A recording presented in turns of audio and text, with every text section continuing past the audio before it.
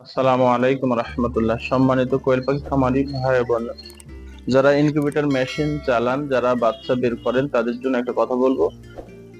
মেশিনে যখন বাচ্চা বের হয়ে যাবে, এই বাচ্চাটা এমন ভাবে বের করবেন যাতে বেশি বাচ্চা বের হওয়ার পরে বেশি সময় মেশিনের ভিতরে, ইনকিউবেটর মেশিনের ভিতরে যেন না থাকে। আবার বাচ্চা বের হয়েছে তার সঙ্গে সঙ্গে বের করলেন, গাটা একটু ভেজা ভেজা থাকলো, তখনও বের করা যাবে না। ঠিক বেশিও রাখা যাবে না, আবার কম সময়ে বের করা যাবে না। দুইটাতেই ক্ষতি। বোর্ডারে যেমন তাপমাত্রা বেশি হলে সমস্যা, কম হলে সমস্যা, ঠিক মেশিন থেকে বাচ্চা বের হওয়ারও নিয়ম আছে।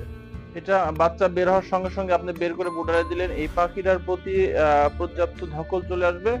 এবং আবার বেশিক্ষণ রেখেছেন, আজকে বের হয়েছে, আপনি মনে করছেন গাটা ভালো করে শুকিয়ে নিব, ঝরঝরা করে নিব, কালকে বের করবো, এখান থেকে নিয়ে বর্ডারে দেবো, এটাও করবেন না। ভুল করে এটা করবেন না, এটাও কিন্তু পর্যাপ্ত দুর্বল হয়ে যায়, পাখি এতে ক্ষতি হয়। যেমন আমার পাখিটা বাচ্চা বের হয়েছে, আমার পাখিটা কিন্তু এখনই দেখতে পাচ্ছেন টোটালটাই ঝুড়িতে বাচ্চা বের হয়েছে এবং ঠিক সময় এখন বের করতেছি।